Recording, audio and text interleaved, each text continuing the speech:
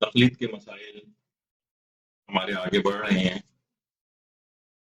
اور آج توضیح المسائل اور فتاویٰ کے اندر مجتہد جن اصطلاحات کو استعمال کرتا ہے جس سے آپ سمجھ سکتی ہیں کہ مجتہد کیا کہنا چاہ رہا ہے، اس موضوع پر آج ہماری گفتگو ہوگی. کیونکہ ایک دفعہ یہ اصطلاحات سے اگر آپ گزر گئی، آپ کو اچھی طرح سے سمجھ آ گئی، تو پھر فتاویٰ کو سمجھنا کوئی بھی مشکل کام نہیں رہے گا.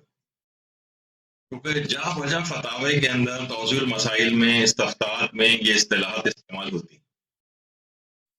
دیکھیے، ہر علم کی کوئی کچھ نہ کچھ اصطلاحات ہیں. مثلا جب بھی ہم کہتے ہیں سیاسیات، پالیٹکس، فوراً ایک خاص طرف آپ کا دماغ متوجہ ہو جاتا ہے. اصل میں اصطلاح کہتے ہی اس کو ہیں کہ وہ اشارہ جو خیالات کے ایک مجموعے کی طرف دماغ کو منتقل کر دے. یعنی بس ہم اس اصطلاح کا نام لیں اور اس کے پیچھے تمام وہ چیزیں جو ایک مکمل احاطہ کیے ہوئے ہوتی ہیں وہ آپ کے دماغ میں خود بخود آ جاتی ہیں. جیسے جب ہم پالیٹکس کہتے ہیں، صرف یہ لفظ منہ سے نکالا اس اصطلاح کو اور پورا ایک سسٹم آپ کے دماغ میں آ جاتا ہے. اسی طرح سے مثلا جب ہم فزکس کہتے ہیں تو فزکس بھی خاص طرح کے اصولوں کا، قواعد کا ایک مجموعہ ہوتا ہے، فوراً آپ کا دماغ خاص طرف منتقل ہو جاتا ہے. اور اسی طرح سے کیمسٹری اگر ہم کہتے ہیں تو کیمسٹری خود ایک اصطلاح ہے، اور کیمسٹری کے اندر، اس علم کے اندر کتنی اصطلاحات موجود ہیں، تو فوراً ہمارا دماغ ایک خاص طرف منتقل ہو جاتا ہے. اور اسی طرح سے میڈیکل سائنس کی کچھ اصطلاحات ہیں، اور ہزاروں لاکھوں جو اصطلاحات اس کے اندر استعمال ہوتی ہیں. تو کبھی اگر آپ دو ڈاکٹروں کو بھی آپس میں بات چیت کرتے دیکھیں تو آپ کو سمجھ میں نہیں آتا کہ کس قسم کی بات ہو رہی ہے، حالانکہ مریضی کے متعلق بات ہو رہی ہوتی، وہ اصطلاحات استعمال کر رہے ہوتے. اسی طرح سے علماء بھی کچھ اصطلاحات دینی استعمال کرتے ہیں، اور ہر علم کے لحاظ سے علم فقہ جو ہے اس کی بھی کچھ خاص اصطلاحات اور ٹرمینالوجیز. مجتہد جب بھی کوئی اصطلاح اس لحاظ سے استعمال کرتا ہے تو جیسے احکام خمسہ، احکام خمسہ، دیکھیے مجتہد ممکن ہے کبھی کوئی اصطلاح استعمال کر کے گزر جائے، مثلا کہے کہ استصحاب کی بنا پر میں یہ بات کہہ رہا ہوں.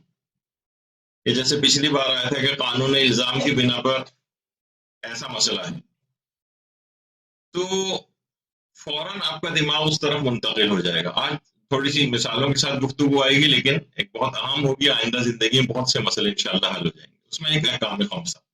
دیکھیے ہماری پوری زندگی جو ہے وہ پوری، کوئی بھی آپ مسئلے کے اوپر عمل کرتی ہیں وہ احکام خمسہ میں سے ہوتا ہے. یا تو وہ واجب ہوتا ہے وہ عمل، یا وہ حرام ہوتا ہے، یا وہ مستحب ہوتا ہے، یا مکروہ ہوتا ہے، یا مباح ہوتا ہے.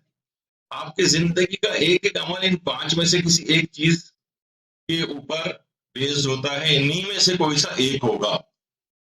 اس کو کہتے ہیں پانچ احکام، احکام پنجگانہ یا احکام خمسہ. اچھا، اس میں سب سے پہلا ہے واجب.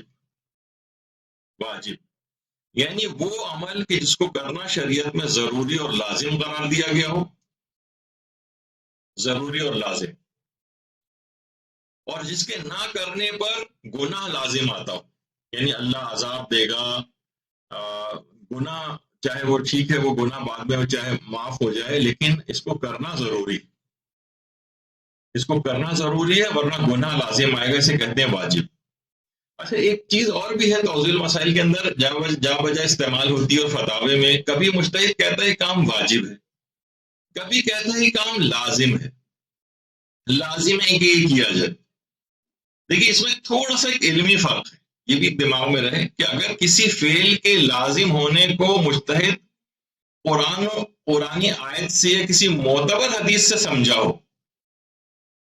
تو، اور وہ اس کی نسبت براہ راست اللہ اور معصومین کی طرف دے اس مسئلے کی، تو وہ واجب کس طرح استعمال کرتا. یعنی مجتہد جب کسی قرآنی آیت سے یا معتبر حدیث سے اس مسئلے کو سمجھے اور براہ راست اس مسئلے کی نسبت اللہ یا معصومین کی طرف دے کہ اللہ نے یہ کہا ہے، معصومین نے یہ فرمایا ہے، تو اس کے لیے وہ واجب کی اصطلاح استعمال کرتا ہے. اور کبھی ایسا ہوتا ہے کہ مجتہد براہ راست قرآنی آیت یا معصومین کی حدیث کی طرف نسبت نہیں دیتا اس کو، بلکہ کسی عقلی اصولوں کی بنا پر اس چیز کو ضروری خیال کرتا ہے، تو پھر وہ لازم کی اصطلاح استعمال کرتا ہے۔ مقلد کے لیے تو مقام عمل میں دونوں چیزوں کے اوپر پابندی کرنا لازم ہے۔ یہ علمی سی ایک بحث ہے کہ کب واجب کی اصطلاح استعمال ہوتی ہے اور کب لازم کی۔ بہت اہم بات ہے، یعنی آپ جب توضیح مسائل دیکھیں گی تو آپ سمجھ جائیں گی کہ مجتہد کہاں لازم کہہ رہا ہے اور کہاں واجب کہہ رہا ہے۔ تو واجب کب استعمال کرتا ہے کہ جس وقت قرآنی آیت یا واضح حدیث، معتبر حدیث سے اس مسئلے کو سمجھاؤ اور براہ راست اللہ یا معصومین کی طرف نسبت دے، تو واجب کی اصطلاح استعمال ہوتی ہے۔ اور اگر عقلی اصولوں سے اس کے ساتھ سمجھا ہوتا ہے یا اصول فقہ وغیرہ سے سمجھا ہوتا ہے تو پھر اور براہ راست اس مسئلے کی نسبت معصومین کی طرف نہیں دی جا سکتی، تو پھر وہ لازم کی اصطلاح استعمال کرتا ہے۔ ویسے آگے چل کر یہ والا مسئلہ بھی آئے گا، لیکن میں ویسے ہی کہہ دوں، مثلا مجتہد کہے گا حج کرنا واجب ہے، لیکن حج کے لیے پاسپورٹ بنانا لازم ہے۔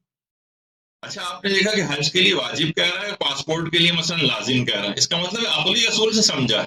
حج پر جب تک جا نہیں سکتے جب تک پاسپورٹ نہیں بنے گا، لیکن وہ یہ نہیں کہہ سکتا کہ اللہ نے کہا ہے کہ پاسپورٹ بنوانا ضروری ہے، یا فلاں معصوم نے فرمایا، معصوم کی طرف نسبت نہیں دے سکتا، نہ اللہ کی طرف نسبت دے سکتا۔ یہ عقل سے ایک عقلی اصول سے اس نے اس بات کو سمجھا ہے کہ اس کے بغیر حج پر جا نہیں سکتے، لہٰذا لازم ہے کہ مثلا میں نے ایک مثال دی کہ لازم ہے کہ پاسپورٹ بنا۔ تو یہ کچھ ایسی چیزیں ہیں۔ دیکھیے بعض اوقات یہ اچھا مقام عمل میں مقلد کے لیے کوئی اس میں ایج نہیں، وہ یہ نہیں کہہ سکتا کہ بھائی ٹھیک ہے، اس کا مطلب یہ ہے کہ قرآن و حدیث سے تو نسبت نہیں دی جا سکتی نا، تو لازم کا یہاں استعمال کرتا ہے، اس کا مطلب میں اس کو چھوڑ سکتا ہوں، نہیں۔ مقامی عمل کے اندر جو مقلد ہے اس کے لیے دونوں باتیں بالکل برابر ہیں، یہ صرف علمی ٹرمینالوجی کے لحاظ سے ایک فرق ہے۔ دیکھیے جیسے ہمارے میڈیکل سائنس میں ہوتا ہے، بعض اوقات ڈاکٹرز جو جتنی انویسٹیگیشن مریضوں کی کرواتے ہیں ان سب کا فائدہ مریض کو نہیں ہوتا۔ بعض اوقات یہ ہوتا ہے کہ بھائی انویسٹیگیشن اتنے سارے میڈیکل ٹیسٹ کروائے جا رہے ہیں، تو کیا سب کا فائدہ مریض کو ہوتا ہے؟ نہیں، بعض اوقات ڈاکٹر اپنے سیٹسفیکشن کے لیے یا مثلا بہت ساری ایویڈنسز جمع ہو جائیں گی اس کے پاس، تو اس کے ایک فائنل ڈائگنوسس تک تو وہ پہنچا ہوا ہے، لیکن مثلا ایک اور بھی اس کے اندر ثبوت اس کے پاس آ جائے گا کہ دیکھیے میں جو سمجھاؤں اس وجہ سے سمجھاؤں، تو بعض اوقات مریض کو اس سے فائدہ نہیں ہوتا، ڈاکٹر کی اپنی فائدے کے لیے وہ چیز ہوتی ہے کہ وہ ایک اور انویسٹیگیشن بھی مثلا کروا لیتا ہے۔